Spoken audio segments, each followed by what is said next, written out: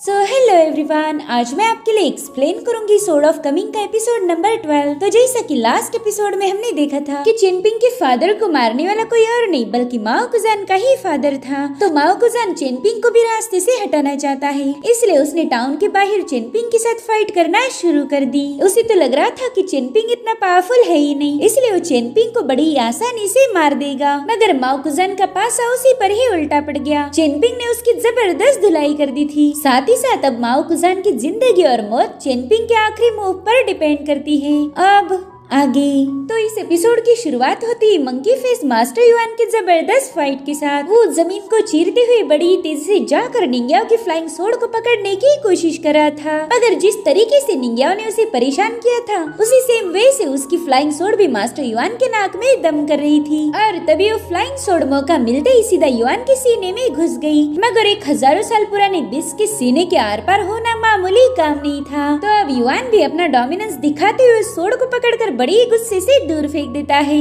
जिससे वो पत्थरों से टकराते हुए एक बड़े से रॉक में जाकर घुस गई। अब युआन सीधे चेनपिंग की तरफ भागने लगा, मगर फ्लाइंग सोर्ड का तो काम ही था युआन को फाइट में बिजी रखना, इसलिए वो तुरंत ही खुद को आजाद करते हुए अपनी एनर्जी को रिलीज करने लगी। गाइस, इस सोर्ड की अपनी खुद की एक मूव है जिसका नाम था 1000 डिवाइन फ्लाइंग सोर्ड, जिसका यूज करते हुए पहला तो युआन का रास्ता रोकती है और फिर देखते देखते वहाँ पर कई सारी डिवाइन सोर्ड्स क्रिएट हो गई, जिन्होंने एक सेकंड में युआन पर हल्ला बोल दिया था। हालांकि युआन अपनी ची पावर का यूज करते हुए उन सभी सोर्ड्स को वहीं पर होल्ड कर देता है और फिर उसने उसी ची पावर को रिलीज करते हुए उन सभी सोर्ड को एक सेकंड के अंदर डिस्ट्रॉय कर दिया।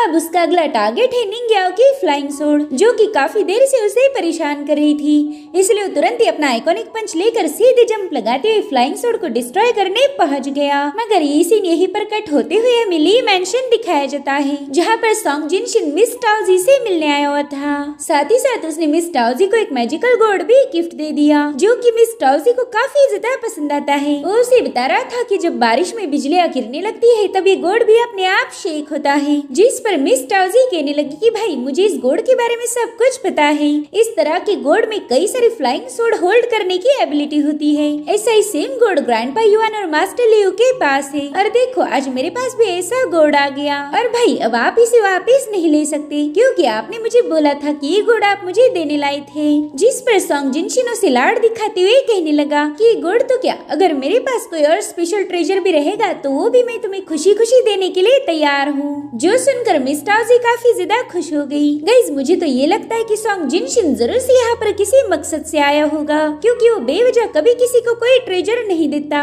वहीं पर टाओजी को याद आता है कि युआन तो अभी तक चेनपिंग को खत्म करके वापस नहीं लौटे, तो वो अपने परिंदे को आजाद करते हुए कहने लगी कि जाकर मास्टर युआन तक मेरा संदेशा पहुंचाओ, उन्हें बताओ कि मैं उनका इंतजार कर रही हूँ। वहीं दूसरी तरफ हम देखते हैं कि युआन फ्लाइंग सोर्ड पर अटैक करने से पहले ही फ्रीज हो गया। इनफैक्ट वहाँ की हर एक चीज ही फ्रीज हो गई थी, क्योंकि वहाँ पर हमारे पावरफुल सेंट ज़ीशांग आ गए थे। वो अब अपने मैजिकल पावर से निंग्याओ की सोर्ड को टच कर देते हैं, जिससे फ्लाइंग सोर्ड ने बहुत ही तेज रोशनी रिलीज करना शुरू कर दी। साथ ही साथ वहाँ पर अब सब कुछ अनफ्रीज हो गया। इधर फ्लाइंग सोर्ड सेंट ज़ीशांग को वहाँ देखते ही उनके पास पहुँच जाती है। वो कहने लगे कि यहाँ से आगे का मैं संभाल लूंगा, तुम तुरंत ही अपने मास्टर निंग्याओ के पास वापस लौट जाओ। तो फ्लाइंग सोर्ड तुरंत ही वहाँ से निंग्याओ की तरफ रवाना हो गई। वहीं पर मास्टर युआन सेंट ज़ीशांग से कहने लगा कि जिस सोर्ड स्क्रिप्चर के लिए मैं इतनी देर से फाइट कर रहा हूँ वो तो तुम्हें चाहिए था। अगर तुम्हारी उस ट्रेजर पर नजर थी तो तुमने मुझे पहला क्यों नहीं बताया? मैं बिना कोई सवाल किए साइड में हट जाता। मेरी बस एक ही शर्त थी कि वो सोर्ड स्क्रिप्चर हमारे दुश्मन clan wind and thunder garden के पास नहीं जाना चाहिए, मगर तुमने मुझे कुछ भी नहीं बताया। और देखो, तुम्हारी इस हरकत की वजह से मैंने मेरी लाइफ के कई साल जाया कर दिए। उस चेनपिंग और उसकी दोस्त से फाइट करने का कोई फायदा नहीं हुआ। सारा फायदा तो आखिर में महान ज़ीशांग का ही हो गया, और एक बार फिर से हमारे ज़ेंगियांग माउंटेन की नाक कट गई। तुम इस स्मॉल टाउन के सेंट हो, मगर एक ट्रेजर के खातिर तुम अपना फर्ज पूरा करने में फेल हो गए। जिस पर सेंट ज़ीशांग जवाब देते हुए कहने लगे कि मैंने कभी अपने फर्ज और रेपुटेशन के साथ कोई गद्दारी नहीं की। भले सोर्स स्क्रिप्चर तुम्हारे लिए बहुत ही स्पेशल ट्रेजर होगा, लेकिन मेरे लिए वो एक मामूली सा ट्रेजर है जिसका इस्तेमाल करके हम दुश्मनों के सपने में जाकर उन्हें खत्म कर सकते हैं। भला मैं महान सेंट जीशांग इस मामूली ट्रेजर के लिए अपनी लाइफ के 60 साल बर्बाद क्यों करूँगा? ना, ऐसे घटिया काम ना मैंने कभी किए हैं और ना ही कभी करने वाला हूँ। मेरा विंड एंड थंडर गार्डन से कोई कनेक्शन नहीं है और ना ही मैं निंग्याओ को अच्छे से जानता हूँ। और तभी वहाँ पर जेनु माउंटेन के मास्टर मिंग पहुँच गए। वो सेंट जीशांग को बताते हैं कि मेरे डिसाइपल माओ कुजान ने चिनपिंग के साथ फाइट शुरू कर दी है, क्या मैं जाकर उस फाइट को रोक दूं? जिस पर सेंट जीशांग जवाब देते हुए कहने लगे कि अगर फाइट चल ही रही है तो उसे होने दो, बस उन दोनों में विनर कौन है इस पर ध्यान देना। साथ ही साथ ध्यान रखो कि उन दोनों में किसी की मौत ना हो जाए। इसीलिए मास्टर मिंग तुरंत ही चिनपिंग की तरफ रवाना हो गया। इधर मास्टर युआन तो सेंट जीशांग पर अब और ज्यादा भड़क गया था। वो कहने लगा कि माओ कुजान जेनु माउंटेन का डिसाइपल है, मगर फिर भी तुम उसे चिनपिंग और निंग्याओ के साथ फाइट करने की परमिशन दे रहे हो, और जब मैं उस चिनपिंग को सबक सिखाने जा रहा था तो तुमने मेरा रास्ता रोक दिया। जिस पर जीशांग बताने लगे कि जेनु माउंटेन में दो किस्म के लोग हैं, एक तो है ट्रू जेंटलमैन और दूसरे है ट्रू विलन्स, मगर तुम्हारे क्लैन के लोग तो काफी ज्यादा अलग है। तुमने सोर्ड स्क्रिप्चर हासिल करने के लिए लियू शियांग को बुरी तरह से पीट कर उसकी कल्टीवेशन को डिस्ट्रॉय कर दिया। तुम उसे उसी वक्त जान से मार सकते थे, लेकिन तुमने ऐसा नहीं किया क्योंकि तुम्हें पता था कि ऐसा करने से मैं तुम्हें हेवनली पनिशमेंट दूंगा। सच बताओ तो तुम ना ही अच्छे इंसान हो और ना ही बुरे, तुम तो बेरहम ईवल हो जो खुद के फायदे के लिए किसी भी हद तक गिर सकता है। और उसी वक्त ताओजी का परिंदा वहाँ आकर युआन तक ताओजी का पैगाम पहुँचा देता है,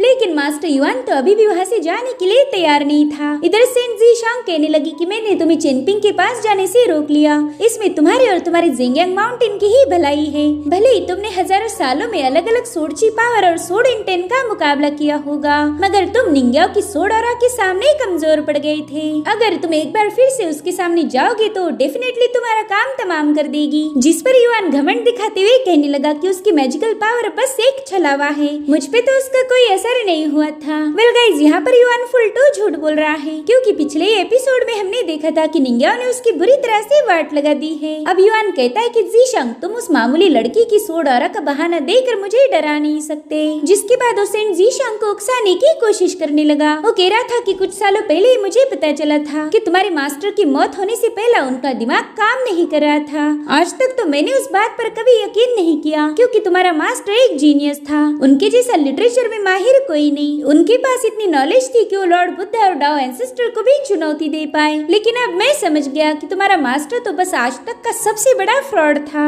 एक मास्टर का नॉलेज हम उसके डिसाइपल में देख सकते हैं, मगर तुम्हारे पास तो कोई नॉलेज ही नहीं, ना ही तुम में कोई काबिलियत है। तुम भी अपने मास्टर जैसे ही लूजर हो। इधर सेंट जीशांग उसकी बातें गौर से सुन रहे थे, जिसके बाद वो कहते हैं कि शायद अब तुम्हारे पास ऐसा कुछ नहीं बचा जिसका यूज करके तुम मुझे जलील कर पाओगे। सेंट जीशांग बिल्कुल उसके साथ फाइट नहीं करना चाहते थे, मगर युआन तो ऑलरेडी जीशांग के साथ फाइट करने के लिए मरे जा रहा था। वो कहने लगा कि देखते तुम मेरे पंचेस के सामने कितनी देर टिक पाओगे। तो सेंट जीशांग ने भी तुरंत ही चैलेंज एक्सेप्ट कर लिया। वो कहने लगे ठीक है, तुम मुझे आजमा सकते हो। इसलिए मास्टर युआन तुरंत ही अपनी डिवाइन ची पावर को एक्टिवेट करते हुए बड़ी ही तेजी के साथ सेंट जीशांग पर हमला करने चला गया। उसने काफी जोरदार पंच उन पर हिट कर दिया था, मगर सेंट जीशांग की ऑरा ही उसके पंचेस को काउंटर करने लगी। जो देख युआन को तो अपनी आंखों पर यकीन ही नहीं होता। वो अब बार बार उन्हें मारने की कोशिश करता है, मगर जीशांग तो बस खामोशी से उसके सामने खड़े थे। इनफैक्ट उनकी तो बॉडी की ऑरा ने ही युआन को काफी दूर पुश कर दिया। हालांकि युआन अभी भी हार नहीं मानता। उसने न जाने कितने ही पंचेस हिट किए होंगे, और जवाब के तौर पर सेंट जीशांग बस अपने फिंगर्स को उसकी तरफ पॉइंट कर देते हैं। उनके तो बस एक ही इशारे पर वह इतना तेज स्पिरिचुअल प्रेशर रिलीज होता है कि युआन उसके नीचे पूरी तरह से दब गया। अब सोचो कि अगर वो युआन पर एक पंच हिट करती तो उसका क्या हशर होता।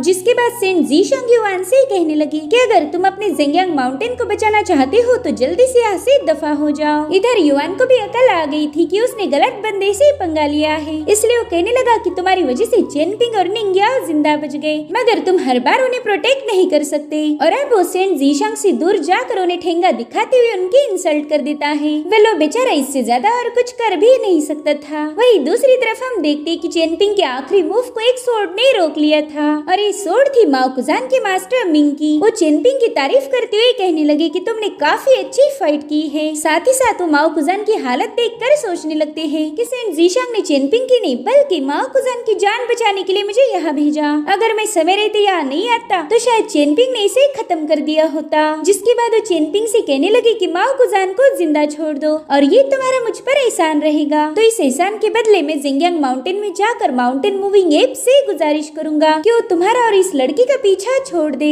ताकि तुम्हें फ्यूचर में किसी से डरने की कोई जरूरत नहीं होगी। देखो, तुम इस ऑफर पर कोई निगोशिएशन नहीं कर सकते, बस मुझे हाँ या ना में जवाब दो। अगर तुम्हें लगता है कि आज मैंने माओ कुजान को बचाकर तुम्हारे साथ गलत किया है, तो तुम युवान के साथ अपने मसलों को निपटा कर मेरे जेनु माउंटेन आ जाना। मैं तुम जो बोलोगी वो करने के लिए तैयार रहूंगा। इसलिए चेनपिंग भी उनकी बात मान जाता है। वो कहने लगा कि ठीक है, मुझे आपकी शर्त मंजूर है। मगर माओ कुजान तो अभी भी शांत नहीं हुआ था। वो कहने लगा कि बस अब मुझे एक मौका दो, मैं अभी इसी वक्त चेनपिंग को ठिकाने लगाता हूँ। जिस पर मास्टर मिंग उसे ताना मारते हुए कहने लगे कि मरे हुए लोगों को ज्यादा तीखे लफ्ज बोलने नहीं चाहिए। अगर मैं नहीं आता तो शायद तुम मारे जाते, इसलिए अपना मुंह बंद रखो। जिसके बाद मास्टर मिंग माओ कुजान को लेकर तुरंत ही वहाँ से चले गए। उनके जाते ही चेनपिंग सीधे नीचे गिर गया था। उसकी हालत देखकर निंग्याओ भी काफी ज्यादा परेशान हो गई, मगर चेनपिंग उसे तसल्ली देते हुए कहता है कि मैं ज्यादा सीरियसली घायल नहीं हूँ, बस मुझे तो उस युवान की फिक्र हो रही है। अगर वो अभी यहाँ आ गया तो पता नहीं क्या होगा। जिस पर निंग्याओ कहने लगी कि तुम उसकी फिक्र मत करो, थोड़ी देर पहले तुमने यहाँ पर फाइट की थी, अब मैं करूँगी।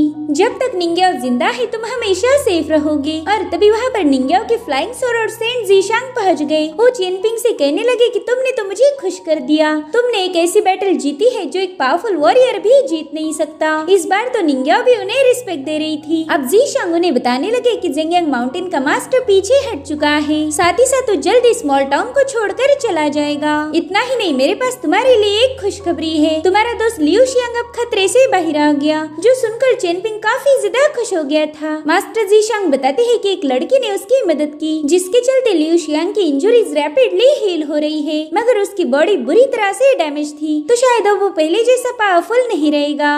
और उसी वक्त चेनपिंग बेहोश हो गया। निंग्याओ उसे संभाल रही थी, तो उसे फिक्र करते हुए देखकर जीशांग उसे बताने लगे कि चेनपिंग बस फिजिकली एग्जॉस्ट हो गया है, शायद जिनशी ने उसका इमॉर्टलिटी ब्रिज ब्रेक किया था, और तभी से चेनपिंग की स्पिरिट और एनर्जी लगातार लीक हो रही है। इस बार तो चेनपिंग ने डेस्परेट होकर अपनी सारी पावर का यूज किया। जहाँ पर चेनपिंग पहले 3 साल जीने वाला था, अब इस फाइट की वजह से वो बस 10 दिन ही जिंदा रह पाएगा। जो सुनकर तो निंग्याओ काफी ज्यादा परेशान हो गई। वो सेंट जीशांग से पूछ रही थी कि बस मुझे एक ऐसा तरीका बताए जिसका यूज करके मैं चेनपिंग को बचा पाऊँ। जिस पर सेंट जीशांग जवाब देते हुए कहने लगे कि अगर इसे बचाना है तो हमें हेवन के खिलाफ जाना होगा, और हेवन के अगेंस्ट बस एक कल्टीवेटर ही जा सकता है। तुम अपनी इंटरनल सोड फर्नेस का यूज करके अपनी बॉडी को रिपेयर कर सकती हो, मगर चेनपिंग की बॉडी पर कोई सोड फर्नेस असर नहीं करेगी। अगर उसे खुद को हील करना है तो उसे फिस्ट मूव्स की प्रैक्टिस करनी होगी, यानी कि पंचिंग टेक्निक। वो कहते हैं कि अगर वो पंचिंग में कल्टीवेट कर ले तो शायद 100 सालों तक भी जी पाएगा।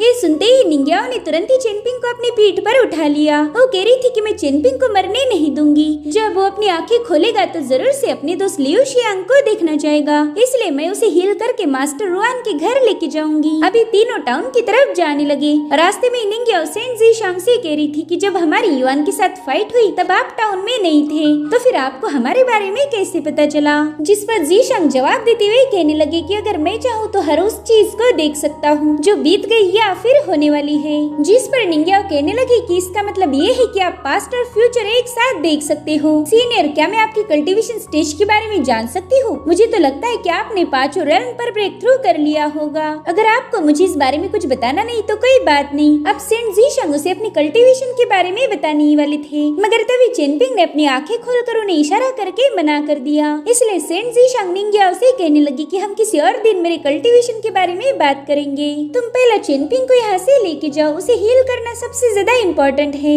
तो निंग्याओ तुरंत ही भागते हुए वहाँ से जाने लगी। वहीं पर सेंट जीशांग को अब यकीन हो गया था कि निंग्याओ जरूर से चेनपिंग की मदद कर उसे कल्टीवेट करने पर मजबूर कर देगी। जिसके बाद वो तुरंत ही ड्रैगन स्टोन के पास पहुँच गए। गाइस, ये वही स्टोन है जिसका यूज करके किसी भी टॉप लेवल की सोड को शार्प किया जा सकता है। उन्होंने अपनी पावर का यूज करके उस स्टोन को 2 हिस्सों में कट कर दिया था। साथ ही साथ सेंट जीशांग को आज अपने मास्टर की बहुत ज्यादा याद आ रही थी। वो कहते, मास्टर, जब आपने मुझे अपना डिसाइपल बनाया था तब मैं भी चेनपिंग जैसे ही जिद्दी था। आज चेनपिंग को देखकर मुझे हमारी पुरानी बातें याद आ रही है। काश आप जिंदा होते, मैं हर रोज आपको मिस करता हूँ। इधर सेंट जीशांग ने भेजे हुए स्टोन चेनपिंग और मास्टर रुआन के घर पहुँच गए थे। मास्टर रुआन तो उस ड्रैगन स्टोन को देखकर काफी ज्यादा शॉक हो गए। वो कहते हैं कि मैं तो काफी दिनों से सोच रहा था कि आखिर चेनपिंग इतना नरम दिल कैसे बन गया। इसमें कोई शक नहीं कि महान सेंट जीशांग ने उसे अपने जैसा बना दिया है। सेंट जीशंग जैसे नेकदिल लोग इस दुनिया में बहुत कम मिलते हैं और अब तो चेनपिंग भी उन्हीं से इन्फ्लुएंस्ड हो गया। जिसके बाद वो देखते हैं कि उनकी बेटी शुई लियू शियांग की पूरी दिल से सेवा कर रही है ताकि वो जल्दी से ठीक हो जाए। तो कहते वाह भाई वाह, ये शियान तो काफी ज्यादा किस्मत वाला निकला जिसकी हमारी बेटी इतनी दिलो जान से सेवा कर रही है। मैं तो इसका बाप होकर भी इसने कभी मुझे एक गिलास भर के पानी भी नहीं पिलाया और वहाँ पर लियू शियांग की सेवा हो रही है। वो जानबूझकर अपनी बेटी को उकसाने की कोशिश कर रहे थे।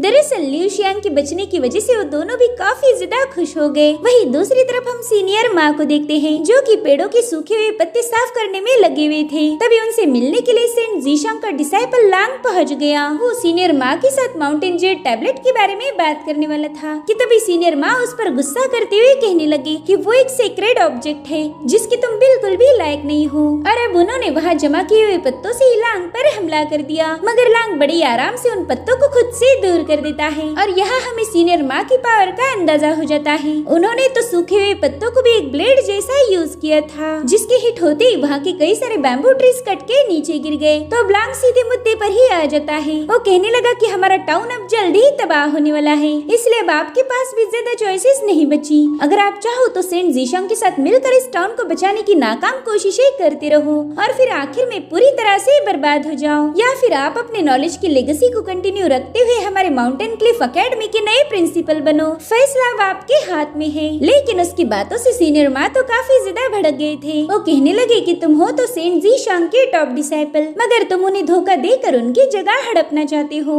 तुम्हें तो ना इस टाउन की फिक्र है और ना ही एकेडमी की, तुम बस अपना फायदा देखना चाहते हो। कि तुमने सेंट जीशंग और हमारे एंसेस्टर की टीचिंग से कुछ नहीं सीखा या बस तुम्हारी धोखा देना ही फितरत है।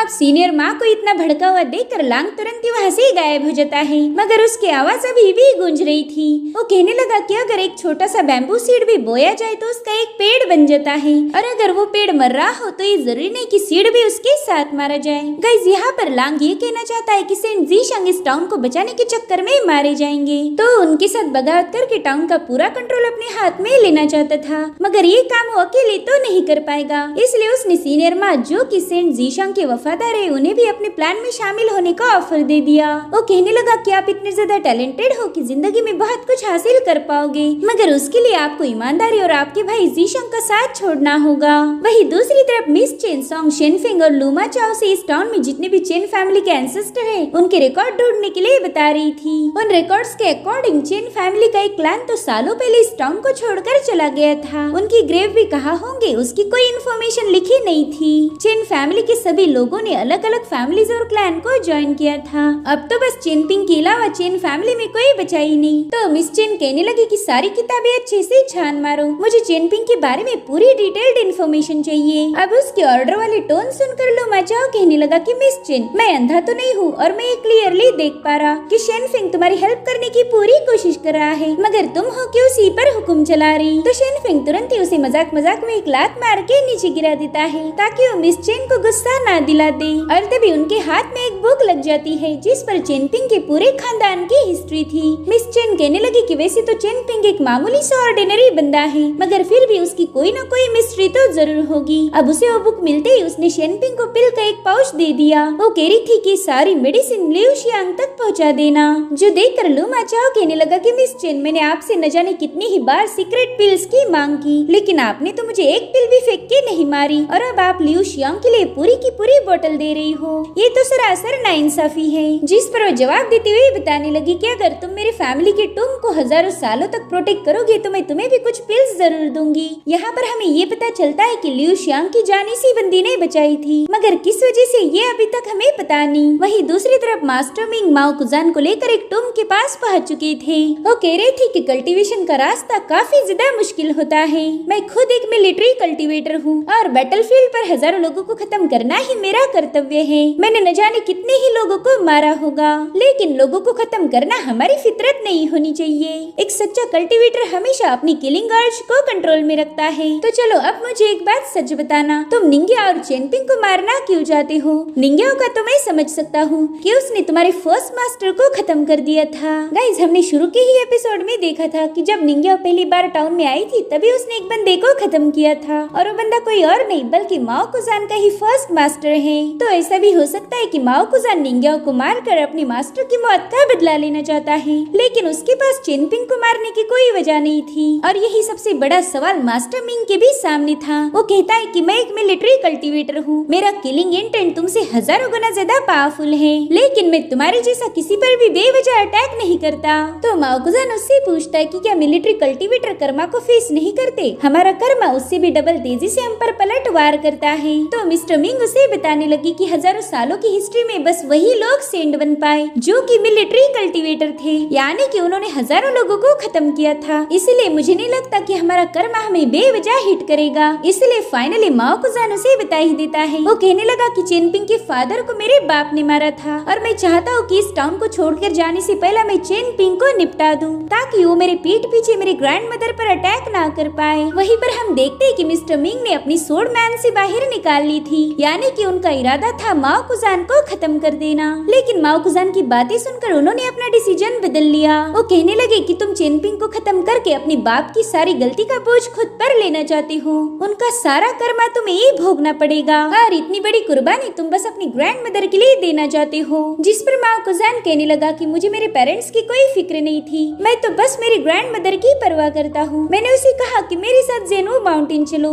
लेकिन वो तो इस टाउन को छोड़ने के लिए तैयार ही नहीं है। जिस पर मास्टर मिंग कहने लगे कि मैं तुम्हारी फिक्र समझता हूँ, लेकिन मैं तुम्हें बेवजह चेनपिंग को टारगेट नहीं करने दूंगा। और तभी उनका टाइगर ट्रेजर ग्लो होने लगा। इसका सीधा मतलब ये था कि जरूर से टाउन में कोई गड़बड़ हुई है। इसलिए मास्टर मिंग तुरंत ही माओकुजान को लेकर टाउन में पहुंच गए। टाउन में जाते ही एक काले रंग की बिल्ली माओकुजान को घूर के देखने लगी। माओकुजान समझ गया था कि जरूर से उसके घर पर कोई अनहोनी हुई है, इसलिए वो घबराती हुई तुरंत ही अपने घर की तरफ दौड़ लगा देता है। उसे परेशान देखकर मास्टर मिंग उसे समझाते हैं कि तुम्हें अपने हार्ट पर कंट्रोल रखना होगा, तुम अपने गुस्से को बेकाबू नहीं होने दे सकते। लेकिन माओकुजान गुस्से में उनका हाथ झटकते हुए तुरंत ही दरवाजा ओपन कर देता है। वहाँ का नजारा देखते ही माओकुजान तो पूरी तरह से टूट गया, क्योंकि उसके सामने उसके ग्रैंड मदर की लाश पड़ी हुई थी। और इसी के साथ एपिसोड यहीं पर एंड हो जाता है। Thank you so much for watching. Bye bye, take care.